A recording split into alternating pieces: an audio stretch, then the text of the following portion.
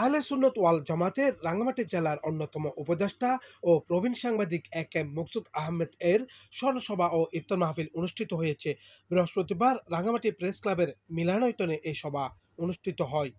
স্মরণসভা ও ইফতার মাহফিলে প্রধান অতিথি ছিলেন অতিরিক্ত জেলা প্রশাসক মোহাম্মদ ইমরানুল হক ভূঁইয়া।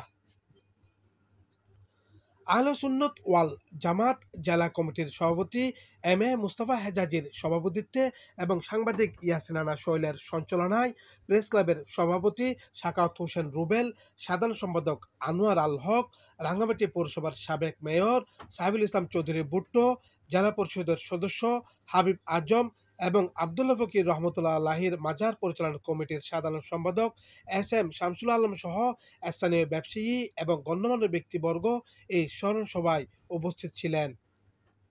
স্মরণ সভায় বিশিষ্ট সাংবাদিক এক মকসুদ আহমেদের আত্মার শান্তি কামনায় দোয়া করা হয়। এরপর বিশিষ্ট ছন্দ নিয়ে ইফতার করা হয়।